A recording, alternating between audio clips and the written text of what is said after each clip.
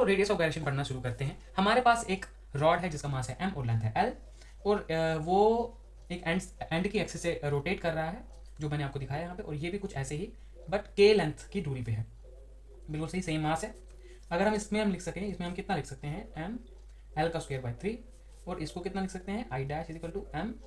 यहाँ पे हमारे पास क्यों हम m k का स्क्वायर ही ले रहे हैं, क्यों हम m k का स्क्वायर बाई 3 नहीं ले रहे, क्योंकि लेंथ और ये तो सेम होना चाहिए। अगर ये भी लेंथ है ये भी लेंथ है, बट ये ऐसी लेंथ है जो हम जानते ही नहीं है, और ना ही कोई ये रॉड है बीच में, ये एक फ्री स्पेस है। जैसे यहाँ पे हमारे पास रॉड थी, बट यहाँ पर हमारे कुछ बीच में है नहीं, हम एक डायरेक्टली एक दूर एक्सिस कहीं खड़ी है, यहाँ पे एक मास है, तो हम डायरेक्टली बोल रहे हैं कि ये कुछ के डिस्टेंस पे है, तो उसी के हिसाब से हमने इसमें एम के का स्क्वायर किया। तो हम इसको ऐसे नहीं लिख सकते।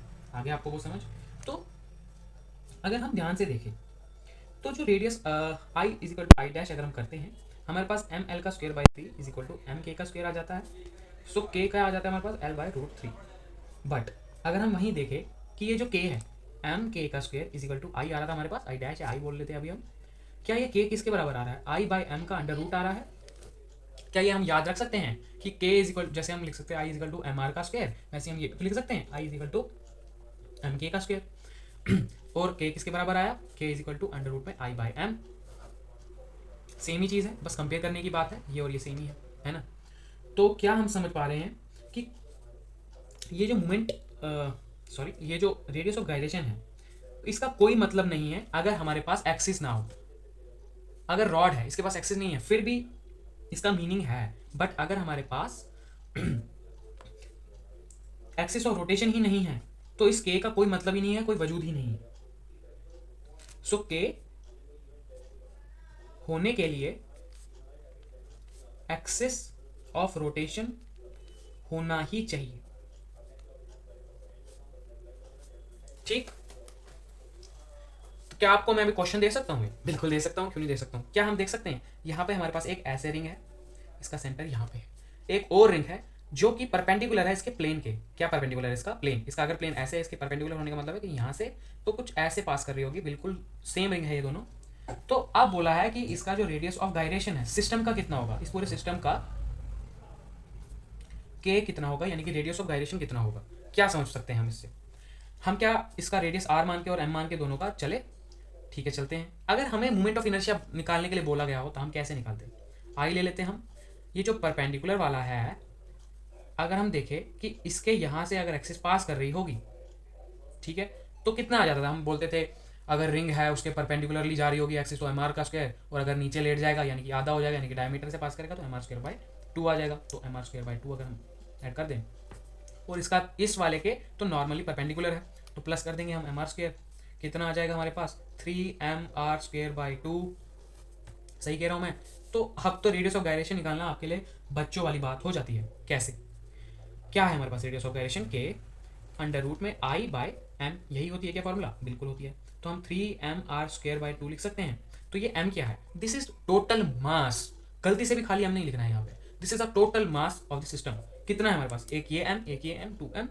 तो क्या हम इसको इंटू में 2m लिख सकते हैं, बिल्कुल लिख सकते हैं। अंडर रूट रहेगा, m से m कटेगा, तो क्या ये आपको अंडर रूट में 3r बाय 2 दिखाई दे रहा है।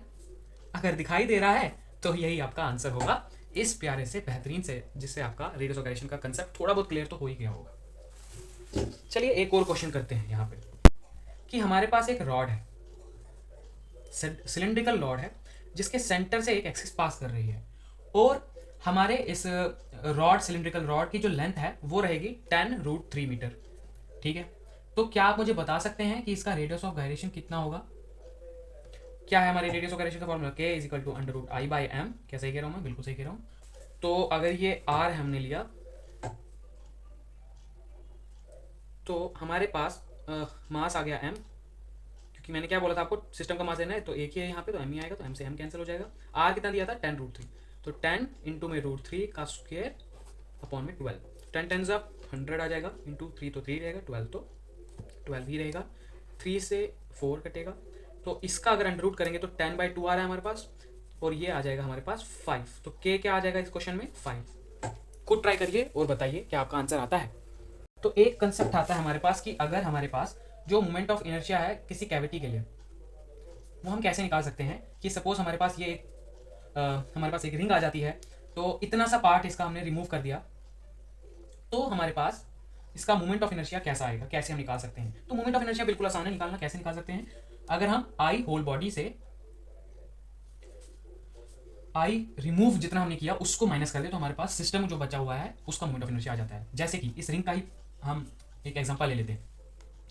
आई अगर हमें सिस्टम का निकालना है तो होल, यानी कि ये जब इसी में था, जब निकला नहीं था, तब कितना होगा, अगर हमारा एक्सिस सेंटर से पास कर रहा था तो एम आर स्क्वेयर आ जाएगा। रिंग है उसके परपेंडिकुलरली पास कर रहा है तो एम आर स्क्वेयर आ जाएगा। अब हमने रिमूव कर दिया है तो खाली इस वाले पार्ट का कितना आ जाएगा, आप खुद देख सकते हैं कि मास जो है वो m/4 आ जाएगा, अगर ये टोटल मास m था, क्योंकि चौथा हिस्सा है इसका। अभी मैं इजीली समझा रहा हूँ, आगे हम और अच्छे वाले क्वेश्चंस भी देखेंगे इसमें। तो कितना हो जाएगा m/4 r का स्क्वायर, क्योंकि सेम ही है। हमेशा याद रखिएगा, सेमी सर्कल हो या कुछ भी हो, अगर वो सेमी सर्कुलर रिंग है तो वो तब भी behave as a whole ring ही करेगी। तो अगर हम मान लीजिए 3mr²/4 में देखने को मिलता है। तो ये एक सिंपल सा क्वेश्चन था, कंसेप्चुअल क्वेश्चन था, थोड़ा सा समझाने के लिए। एक अच्छा क्वेश्चन मैं आपको बनाकर दे रहा हूँ। अगर ये आपके पास एक डिस्क आ रही है यहाँ पे, और यहाँ से परपेंडिकुलर इसके रिम से एक परपेंडिकुलर एक्सिस पास कर रही है, और ये है आपका 2r, और यहाँ से कहीं एक बॉडी है जिसका r है रेडियस, और इसको हमने किया है रिमूव। ठीक है जी, रिमूव कर दिया जी, बिल्कुल कर दिया। तो अब मेरे को आप सबसे पहले बताइए कि इसमें अगर हमें मास निकालना कैसे निकाल सकते हैं। क्या हम ये बात जानते हैं कि मास डेंसिटी के बारे में हमने सुना होगा कि मास अपॉन में एरिया होता है कुछ। आप इसको मास अपॉन में वॉल्यूम भी ले सकते थे अगर ये स्फेयर होता, मास बाय वॉल्यूम ले लेते अगर ये स्फेयर होता या 3D ऑब्जेक्ट होता, बट ये 2D ऑब्जेक्ट है, इसे मास अपॉन में एरिया लिया हमने।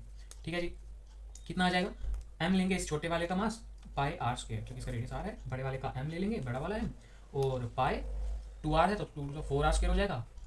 तो ये कर करके हमारे पास छोटे वाले का मास m/4 आ जाता है।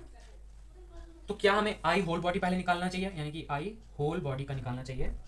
क्या हमें दिखाई दे रहा है कि यहाँ से कुछ पास कर रही है, तो कितना आना चाहिए। अगर हम देखें कि डिस्क है, जब यहाँ से पास कर रही थी तो कितने थे mr², r कितना है 2r, तो 2r लेकर करेंगे 2r²/2 प्लस कितना डिस्टेंस है 2r का, इसलिए m 2r² प्लस कर देंगे, जैसा हमने आपको पहले सिखाया था। तो ये कर के कितना आ जाता है 6mr² आ जाता है। वहीं अगर मैं आई रिमूव पार्ट का निकालूँ, खाली इस वाले पार्ट का, तो क्या हम ये देख सकते हैं कि इसके सेंटर पे कितना आता, सेंटर से अगर पास करें तो कितना आएगा mr²/2 आएगा डिस्क है, प्लस इस पे जो डिस्टेंस है वो 3r है, यानी कि m 3r का स्क्वायर। तो ये कर के 19/8 mr का स्क्वायर हमारे पास देखने को मिलता है। तो आई टोटल क्या आएगा 6mr² माइनस 19/8 mr², जो कि 29/8 mr² आएगा, और यही हमारा एक आंसर देखने को मिलता है हमें। एक बार फिर सुनिए, फिर देखिए, और आपको अच्छे से समझ आ जाएगा।